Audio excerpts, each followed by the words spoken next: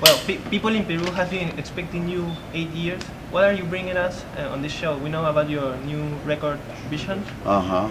What are you bringing us on this? I'm gonna give you some songs from Vision and some songs that you know. Okay. I'll take a piece of song from every album to make the repertoire. We know that in reggae music, Africa is always a place mentioned in the lyrics. No? Do you think that maybe the North, I mean Europe, North United States, are more like have more reception for reggae music than Africa? Because I read that your first approach to reggae music, a live reggae music show, was in New York on a Burning Spear concert. Sure, right. I think that reggae is an African music, really, because Jamaicans are Africans, okay? So for me as an African, to vehicle the message of reggae to Africa was easy for me, you know. And I think that, you know, reggae don't really take in consideration geography. Reggae is big in America. Reggae is big in Mexico. Reggae is big in Europe, okay? Of course, reggae is very big in Africa. So I think that, you know, every music that brings joy and hope to the people, because in reggae, the name of God appears a lot, you know, and when you see God, okay, everybody feel concerned about, you know, the message, the godly message. In reggae music, there's this connection with Rastafari culture. But when you talk about God, do you think about Jah, or what do you think about this? Sometimes they ask me, they say, Alpha, you talk about Jesus, you talk about Allah, you talk about Adonai. Which religion are you? And my answer is, God is my religion. In the Torah, there's a God. In the Quran, there's a God. In the Bible, there's a God. How many gods do you know? Only one. And that's the God I'm talking about. Okay, you can call him Jah, you can call him Adonai, you can call him Allah, you can call him Buddha, you can call him Jehovah, you can call him what you want. God have 99 names, but it is same energy. Do you think that talking about social issues in music is enough? I mean, how far can you actually go with your message in music? Because there's people that think that maybe singing about peace is not enough to reach peace. How far can you actually go with your message in music? I think that I'd rather talk about peace with music than talk about peace with machine guns. Okay, you got two alternatives. Okay, and we choose music to spread the positive message. When you use the name of God, you don't use violence. I mean, as far as I'm concerned. Okay, I am against violence. I am against war.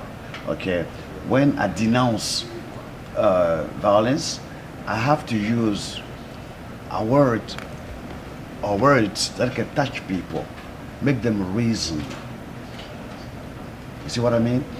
I don't have the absolute truth, but I try to give hope in my songs. Okay, don't do this, but you can try this. Okay, don't feel desperate.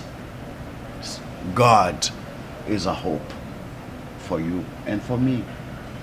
Okay, I talk about God a lot because when I was sick in a psychiatric hospital, okay, Who knew that I was going to be a famous singer? Nobody. But my faith in God guided me. So that's what I advise to all the young people. Say, do not feel desperate. Life can be tough, hard, but remain positive. Follow God. God will never deceive you.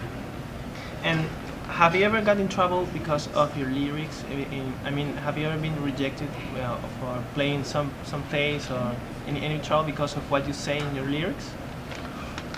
No, but the only place I got trouble is in my country. What happened?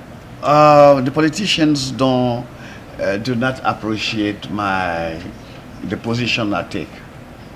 You know, because politicians sometimes back home they talk about democracy, but what they do is not democratic. You see, you cannot talk about democracy, and in Africa, most of the time, every election, there is always two winners. If there is two winners, when someone tricked, someone cheated. You see what I mean? And when Alpha talks about that, those who cheated do not appreciate. Okay, I am against military coup. It's not democratic. A democracy is you and me go to election, okay, you win, and I come and shake your hand, congratulations, you know, but I don't call the army to come push you and say it's me. That's not democracy, and that's what creates all those stupid civil wars in Africa, especially in Costa de Marfil. Well, my last question is the same I asked Foundation. It's about Bob Marley. Why do you think Bob Marley is such a main character in reggae music? I mean, people who listen to rock music don't necessarily like have the Beatles or the Rolling Stones as their favorite artists. But why do you think that everybody who listens to reggae music always has Bob Marley as the main musician? Because Bob Marley is the first superstar from the ghetto, the first black superstar from the ghetto.